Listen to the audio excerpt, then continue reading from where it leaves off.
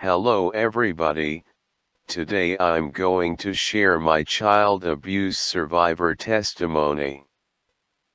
When I was 8, I didn't realize I was the same age as Gabriel.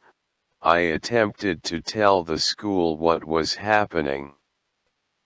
Now I know that they only checked if I had been penetrated and I haven't. They had me using a Dynavox with a grid on it and I have poor hand movements.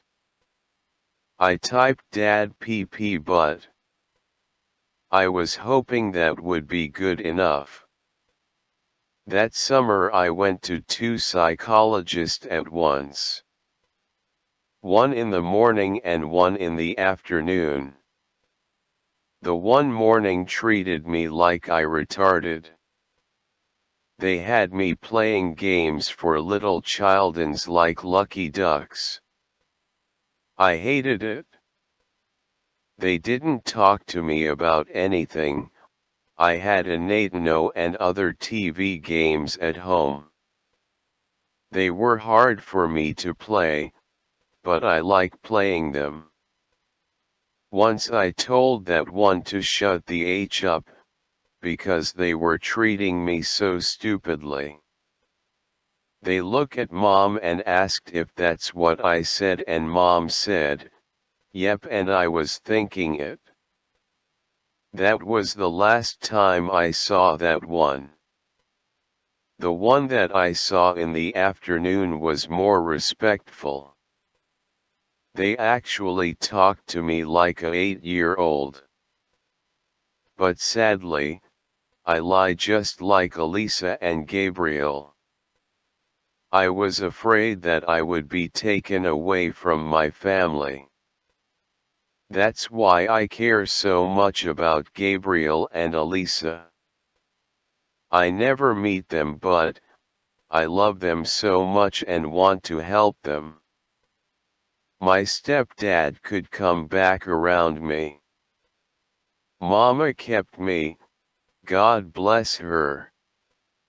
Some of family didn't want me staying with her. I stayed with her for 4 or 5 years. My granddaunts and others didn't want me around her. I don't think they knew everything that was happening. Luckily Mama was really stubborn, like me. They did everything that they could to get me away from her and it didn't work. My stepdad was a very mean man. He beat Mom a few times.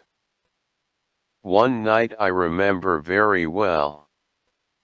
He slammed my head on the back of my wooden chair and screamed in my ear.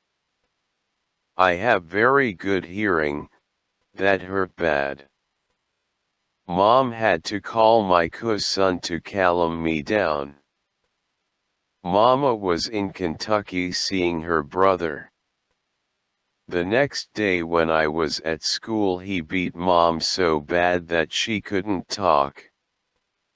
She said that she was sitting on the couch and he started punching her in the stomach. She grabbed her key, it had a big metal ring on it, he pushed on her hand with the key ring in it. He put his knee on the back of her neck making it where she couldn't breathe. She got away somehow. They picked me up from school, she couldn't even talk. I had brushes from the night before, but they didn't ask me about them. Mom went to Mama's and my cousin was there. Mom tried to get me out but he grabbed my shirt. She got me out and took me in the house and my cousin talked to me. He went outside and took care of him. My cousin told Mom if she went back to him he was going to wash his hands of it. Looking back I can't say that I blame him. She was away from him for 3 months. She went right back to him. Mama held me and crying and begging Mom to don't go back to him. She did anyway. It wasn't a month later she came to Mama's with bandages on her arms and hands. At first she tried to lie, but when Mama saw the cuts and cigarette burn on her arm, Mama knew that she was lying. Mama kept me away from them for 5 years. When Mama went to the hospital, I went to my new house. Mom homeschooled me and I really liked that. But one day my stepdad got jealous of me and make me stop. Mom made me stay in bed all day.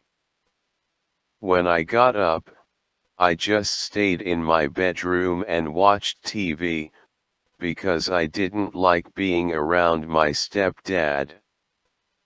Mama stayed with us for 3 months. Mom told a big lie on my aunt and uncle and had me mad at them.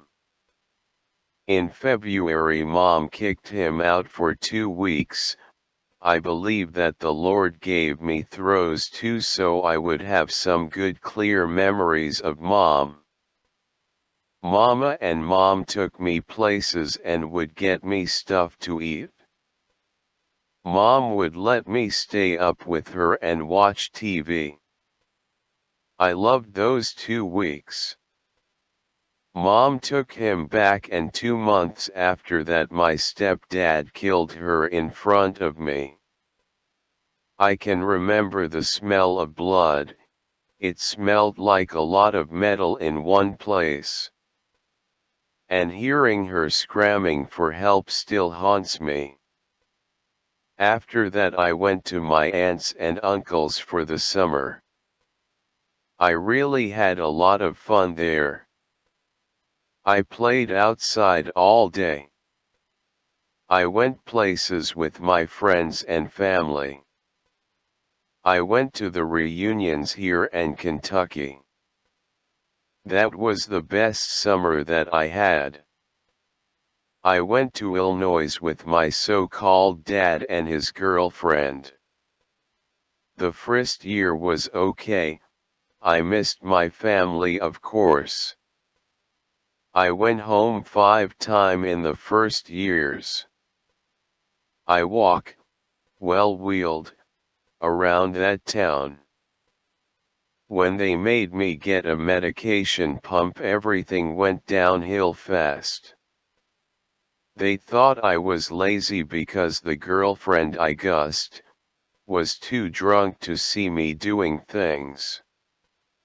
She would scream at me for hours for the way I eat, didn't feed me sometimes, and put me to bed at 3 so she can go to the bars. I go months without pooping. It's amazing that I didn't die. She told me that I was nothing and worthless. I tried to kill myself a few times and couldn't. Praise Jesus. She would tell me if I told anybody she would be my worst nightmare. I told 2 of my friends and the bus assists. My junior year, the school psychologist was giving me a test. One of the questions on it was, what do you want to do when you turn 18? I asked her if this confidential and she said that it was. I told her what was happening. The school got a lawyer and I told him everything. On May the 17th, 2012 I got out of there. That family did thing to me so bad that I can't say. I think that I has PTSD. That's my survivor story. If you want to contact me, I'm on Facebook as Corey Hamby. And I'm on Twitter as Bring Them Home. and I'm on Instagram as Corey Miller Hamby. And I'm on Bitchute as Corey Hamby. And I'm on LinkedIn as Corey Hamby. I'm on Telegram as Bring Them Home. If you have any information on this case, please contact me. If you want to have a Zoom call, I can't talk very well, but I can answer yes and no questions. I don't have a filter. I say whatever I want. If you don't like me, then don't watch me. Please keep Elisa and Gabriel and Elia in your prayers. Until next week, may God bless you and your family.